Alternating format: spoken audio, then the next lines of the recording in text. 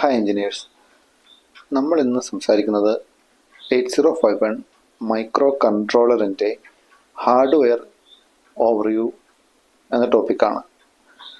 അതായത് നമ്മളൊരു micro controller അങ്ങനെ സ്പെഷ്യൽ ഫങ്ഷൻ ഐസികൾ, കൺട്രോളേഴ്സ്, പ്രോസസ്സേഴ്സ് അങ്ങനെ യൂസ് ചെയ്യുന്ന സമയത്ത് നമ്മൾ അതിൻ്റെ പെരിഫറൽ ഡിവൈസുകളെ പറ്റി അറിഞ്ഞിരിക്കണം. Peripheral devices, peripheral circuits. ഇപ്പോൾ ഞാൻ ഒരു എക്സാമ്പിളായിട്ട് പറയുകയാണെങ്കിൽ, നമ്മളിപ്പോൾ ഡീൽ ചെയ്യുന്ന 8051 ICക്ക് അതിൻ്റെ എക്സ്റ്റേണലായിട്ട് ക്രിസ്റ്റൽ ഓസിലേറ്റേഴ്സ് കൊടുക്കണം.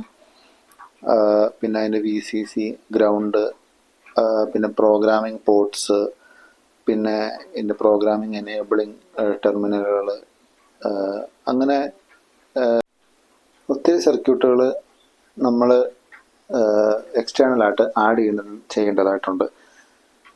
അപ്പോൾ ആക്ച്വലി നമ്മളൊരു ബ്രെഡ് ബോർഡിൽ ഈ മൈക്രോ കൺട്രോളറിൻ്റെ ഒപ്പം തന്നെ ഈ സെറ്റപ്പുകൾ മൊത്തം നമ്മൾ ആഡ് ചെയ്യുമ്പോൾ ആക്ച്വലി ഈ സർക്യൂട്ട് ഭയങ്കര ബൾക്കിയാവും. നമുക്കൊരു ടെസ്റ്റിന് വേണ്ടി യൂസ് ചെയ്യാം, പക്ഷെ നമുക്കൊരു പ്രോജക്റ്റിന് വേണ്ടിയോ ഒരു പർപ്പസിന് വേണ്ടി നമുക്കത് യൂസ് ചെയ്യാൻ സാധിക്കില്ല.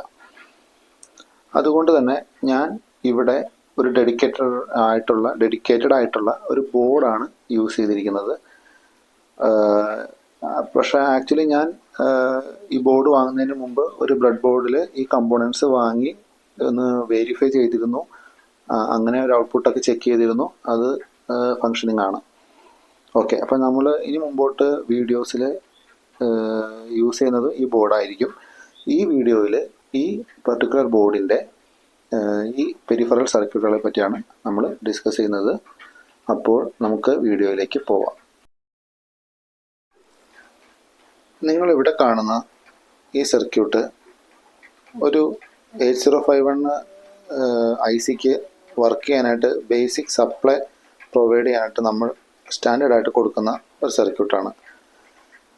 നമുക്ക് ഏത് ഇലക്ട്രോണിക് പ്രോജക്ട്സിലും നമുക്ക് ആദ്യം കൈകാര്യം ചെയ്യേണ്ടത് ഒരു സ്റ്റേബിൾ പവർ സപ്ലൈ ആണ്. ഇവിടെ നിങ്ങൾ കാണുന്നത് ആക്ച്വലി ഒരു 9 വോൾട്ട് AC ഇൻപുട്ടിൽ നിന്നും റെഗുലേറ്റഡ് ആയിട്ടുള്ള ഒരു 5 വോൾട്ട് DC ഔട്ട്പുട്ട് ഉണ്ടാക്കുന്ന ഒരു ബേസിക് പവർ സപ്ലൈ ഡിസൈനാണ്. ആദ്യം 9 വോൾട്ട് AC സപ്ലൈ ഒരു ബ്രിഡ്ജ് റെക്ടിഫയർ ഉപയോഗിച്ച് ഫുൾ വേവ് റെക്ടിഫിക്കേഷൻ ചെയ്യുന്നു. അതിനുശേഷം 470 മൈക്രോഫാരഡ് കപ്പാസിറ്റർ ഉപയോഗിച്ച് വോൾട്ടേജ് റിപ്പിൾസിനെ ഫിൽട്ടർ ചെയ്ത് മാറ്റുകയാണ് ചെയ്യുക. അതിനുശേഷം ഒരു വോൾട്ടേജ് റെഗുലേറ്റർ IC ആയ LM7805 ആണ് ഉപയോഗിച്ചിരിക്കുന്നത്, വോൾട്ടേജ് റെഗുലേറ്റ് ചെയ്ത് ഉള്ള ഒരു ഔട്ട്പുട്ടിന് വേണ്ടിയിട്ട്. ഇത് ഇൻപുട്ട് വോൾട്ടേജിൽ നിന്നുള്ള എല്ലാ വേരിയേഷനും ഇല്ലാണ്ടാക്കും. 5 വോൾട്ട് കോൺസ്റ്റൻ്റ് ആയിട്ടുള്ള ഒരു ഔട്ട്പുട്ട് നമുക്ക് തരികയും ചെയ്യും. സ്റ്റെബിലിറ്റി കൂടി വർദ്ധിപ്പിക്കാനായിട്ട് 100 മൈക്രോഫാരഡിൻ്റെ പിന്നെ ഒരു 0.1 മൈക്രോഫാരഡിൻ്റെയും കപ്പാസിറ്റർ ഇതിനകത്ത് കൊടുത്തിരിക്കുന്നു. ഇത്രയാണ് ഈ സർക്യൂട്ടിൽ മെയിനായിട്ട് നമുക്ക് കാണാനുള്ളത്. ഓക്കെ, ഇതിൻ്റെ അടുത്തായി കാണുന്ന സർക്യൂട്ട് ഒരു USB പോർട്ടിൻ്റെ സർക്യൂട്ടാണ്. പിന്നെ ഒരു LED ബൾബിൻ്റെയും ഉണ്ട്.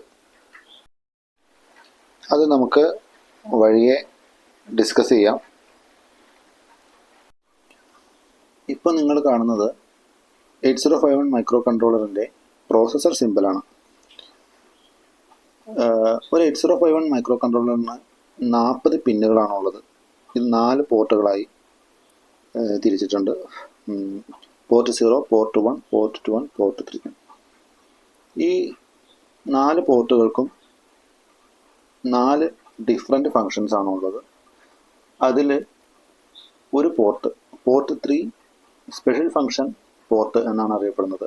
ഈ പോർട്ട് വഴിയാണ് നമ്മൾ ഇതിൻ്റെ ഇൻട്രപ്റ്റ് റൂട്ടീനുകൾ, read write enable, transmission, receiving, അങ്ങനെയുള്ള കുറേ ഫങ്ഷൻസ് എനേബിൾ ചെയ്യുന്നത്, ഡാറ്റ ട്രാൻസ്ഫർ അല്ലാതെ.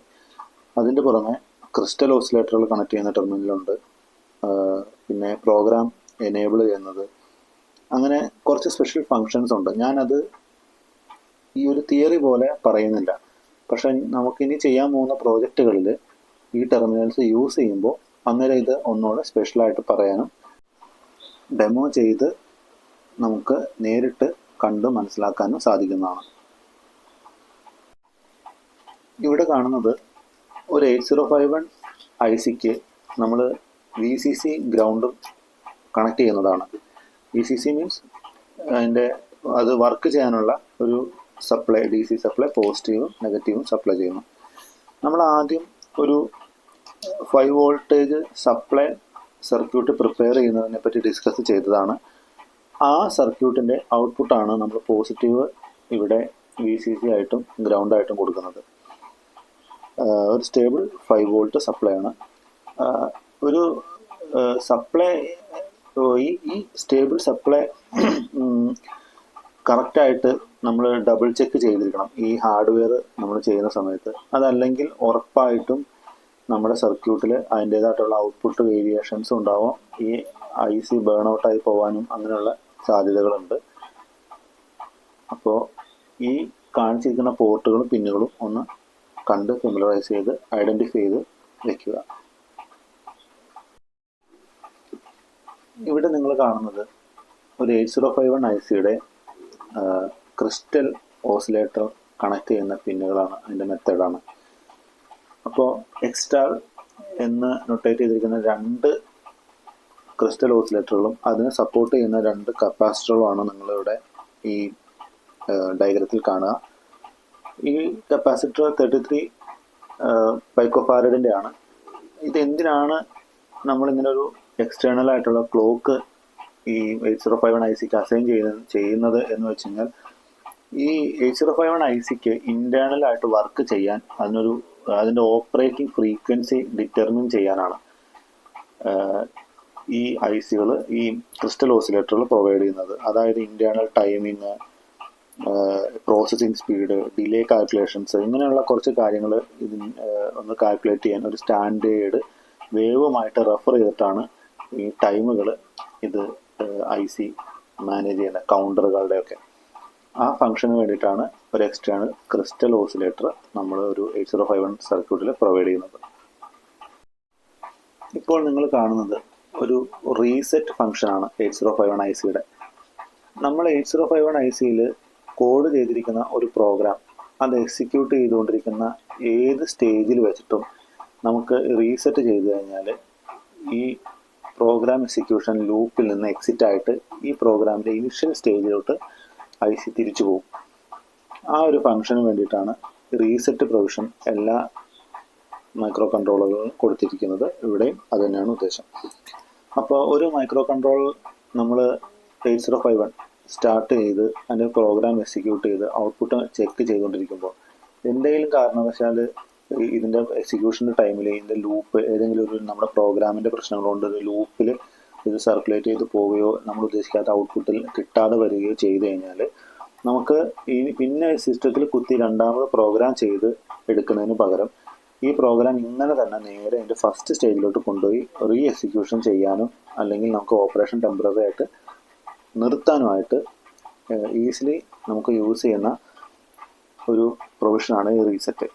അപ്പോൾ ഈ റീസെറ്റ് പ്രൊവിഷൻ കൊടുക്കാനായിട്ട് അഡീഷണൽ ഒരു സ്വിച്ചും ഒരു കപ്പാസിറ്ററും ഒരു റെസിസ്റ്ററും ആവശ്യമാണ്. അത് ഈ സർക്യൂട്ടിൽ കാണിച്ചിരിക്കുന്ന പോലെ കണക്ട് ചെയ്യണം. അപ്പോൾ ഈ കപ്പാസിറ്റർ ചാർജ് ചെയ്തിരിക്കുന്ന വോൾട്ടേജ് ഡിസ്ചാർജ് ചെയ്യിച്ച് നമ്മൾ റീസെറ്റ് പിന്നിലോട്ട് ഒരു ഹൈ സിഗ്നൽ കൊടുത്തിട്ടാണ് നമ്മൾ റീസെറ്റ് ചെയ്യുന്നത്. ഇവിടെ നിങ്ങൾ കാണുന്നത് 8051 ICയുടെ പോർട്ട് 0 യൂസ് ചെയ്യാനുള്ള ഒരു മെത്തേഡാണ്. 8051 ICയുടെ ഒരു ഡിസഡ്വാൻറ്റേജ് എന്ന് വേണമെങ്കിൽ പറയാവുന്ന ഒരു ഫംഗ്ഷനാണിത്. 8051 ICക്ക് പോർട്ട് 0ൽ നമ്മൾ അഡീഷണലി 10K റെസിസ്റ്ററുകൾ ആഡ് ചെയ്യണം. എന്നാൽ മാത്രമേ ഈ പോർട്ടുകൾ നമുക്ക് ഇൻപുട്ട് പോർട്ടായിട്ടോ ഔട്ട്പുട്ട് പോർട്ടായിട്ടോ യൂസ് ചെയ്യാൻ പറ്റുള്ളൂ. അല്ലാത്ത കണ്ടീഷനുകളിൽ ഈ പോർട്ടുകളിലൂടെയുള്ള നമ്മൾ പ്രോഗ്രാം ചെയ്താലും ഈ പോർട്ടുകളിലൂടെ ഉള്ള ഡാറ്റ ഫ്ലോ അത്ര പ്രെഡിക്റ്റബിൾ ആയിരിക്കില്ല. ചിലപ്പോൾ സ്റ്റേബിൾ വോൾട്ടേജ് ഉണ്ടാവില്ല, ചിലപ്പോൾ സ്റ്റേബിൾ സ്പീഡിലുള്ള ട്രാൻസ്ഫർ ഉണ്ടാവില്ല. അങ്ങനെയുള്ള ചില പ്രശ്നങ്ങളുള്ളതുകൊണ്ട് ഒരു ഫിക്സഡായിട്ട് 10K റെസിസ്റ്ററുകൾ ഇട്ടിട്ടാണ് നമ്മൾ ഇതിൻ്റെ ഹാർഡ്വെയർ ഡിസൈൻ ചെയ്യുമ്പോൾ പ്ലാൻ ചെയ്യുന്നത്. ഇപ്പോൾ നിങ്ങളിവിടെ കാണുന്നത് ഞാൻ ആദ്യം ഡിസ്കസ് ചെയ്തിരുന്നു 8051ൻ്റെ സ്പെഷ്യൽ ഫങ്ഷൻസ് ഡീൽ ചെയ്യുന്ന 2 പോർട്ടുകളാണ്. ഈ പോർട്ടുകൾ നമ്മൾ ഈ സർക്യൂട്ടിൽ കാണുന്ന പോലെ തന്നെ കണക്ട് ചെയ്ത് വെക്കണം, ഇഎയുടെയും PSENൻ്റെ. അതെന്തുകൊണ്ടാണെന്ന് വെച്ചാൽ നമുക്ക് നമ്മുടെ 8051ലെ ഇൻറ്റേർണലായിട്ട് ഉള്ള റാം റോം ഒക്കെ ആക്സസ് ചെയ്യണമെങ്കിൽ ഈ പോർട്ടുകൾ നമ്മൾ എനേബിൾ ആക്കി വെക്കണം, അതായത് ഹൈ ആക്കി വെക്കണം. ഇത് ഹൈ ആക്കി വെച്ചില്ലെങ്കിൽ നമുക്ക് നമ്മുടെ പ്രോഗ്രാം, നമ്മൾ ഈ 8051ലേക്ക് ബേൺ ചെയ്തിരിക്കുന്ന ഇൻറ്റേർണലായിട്ട് സ്റ്റോർ ചെയ്തിരിക്കുന്ന പ്രോഗ്രാമിനെ റീട്രൈവ് ചെയ്തെടുക്കാനുള്ള ICയുടെ ഫങ്ഷനെ ഡിസേബിൾ ചെയ്ത് കളയും. അപ്പോൾ നമ്മൾ എക്സിക്യൂഷന് വേണ്ടിയിട്ട് സിഗ്നൽ ഇൻപുട്ട് വന്നു കഴിഞ്ഞാലും അതിന് IC റെസ്പോണ്ട് ചെയ്യില്ല, IC ഒരു ഡെഡ് സ്റ്റേജിൽ ഇരിക്കും. അപ്പോൾ ഇതിനെപ്പറ്റി നമ്മൾ ഇത്ര അറിഞ്ഞാൽ മതി. ഈ 2 EA PSEN ഈ 2 പോർട്ടുകളെ നമ്മൾ ബാറ്ററിയുടെ സോഴ്സിൽ നിന്ന് തന്നെ ഹൈ ആക്കി എനേബിൾ ചെയ്ത് വെക്കണം. ലൈക്ക് ഈ ഇമേജിൽ കാണുന്ന പോലെ ഈ വാല്യൂ റെസിസ്റ്റേഴ്സ് തന്നെയാണ് എക്സാക്ട്ലി യൂസ് ചെയ്യാൻ റെക്കമെൻഡ് ചെയ്യുന്നത്. ഒരു 8051 IC നമ്മൾ ഒരു സിസ്റ്റമായിട്ട് കമ്മ്യൂണിക്കേറ്റ് ചെയ്യാനായിട്ട് ഉപയോഗിക്കുന്ന സ്പെഷ്യൽ സർക്യൂട്ടുകളാണ് ഇപ്പോൾ നിങ്ങൾ കാണുന്നത്. യൂണിവേഴ്സൽ അസിൻക്രണസ് റിസീവർ ട്രാൻസ്മിറ്ററാണ് UART എന്ന് നമ്മൾ പറയുന്നത്. ഇത് എന്തുകൊണ്ടാണെന്ന് വെച്ചാൽ നമ്മുടെ സിസ്റ്റത്തിൽ നിന്ന് വരുന്ന വോൾട്ടേജ് ലെവലും നമ്മുടെ IC കമ്മ്യൂണിക്കേറ്റ് ചെയ്ത വോൾട്ടേജ് ലെവലും തമ്മിൽ മാച്ച് ചെയ്യാനായിട്ട് ഒരു MAX 232 എന്ന് പറഞ്ഞ IC അതിനൊരു റെഗുലേറ്റർ ICയുടെ സപ്പോർട്ടും കൂടി വെച്ചിട്ടാണ് ഈ സീരിയൽ പോർട്ട് കമ്മ്യൂണിക്കേഷൻ എനേബിൾ ചെയ്തിരിക്കുന്നത്. നമുക്ക് ഒരു USB വെച്ചിട്ടും ഇത് ചെയ്യാം, അതിനെപ്പറ്റി ഞാൻ ഡിസ്കസ് ചെയ്യുന്നുണ്ട്. പക്ഷേ നോർമൽ കേസിൽ നമ്മൾ സീരിയൽ പോർട്ട് വഴി ചെയ്യാൻ നമ്മൾ ഉദ്ദേശിക്കുന്നുണ്ടെങ്കിൽ നമ്മുടെ സർക്യൂട്ടിൽ നമ്മൾ ഇങ്ങനെ ഒരു പ്രൊവിഷൻ ആഡ് ചെയ്ത് വെക്കണം. ഇതിൻ്റെ വാല്യൂസ് എല്ലാം ആ കൊടുത്തിരിക്കുന്ന അങ്ങനെ തന്നെ യൂസ് ചെയ്യാനായിട്ട് ഞാൻ റെക്കമെൻഡ് ചെയ്യുന്നു. മോഡേൺ സിസ്റ്റംസിൽ സീരിയൽ പോർട്ട് ഇല്ലാത്തതിനാൽ USB ബേസ്ഡ് സീരിയൽ കമ്മ്യൂണിക്കേഷൻ ഉപയോഗിക്കേണ്ടതായിട്ട് വരാറുണ്ട്.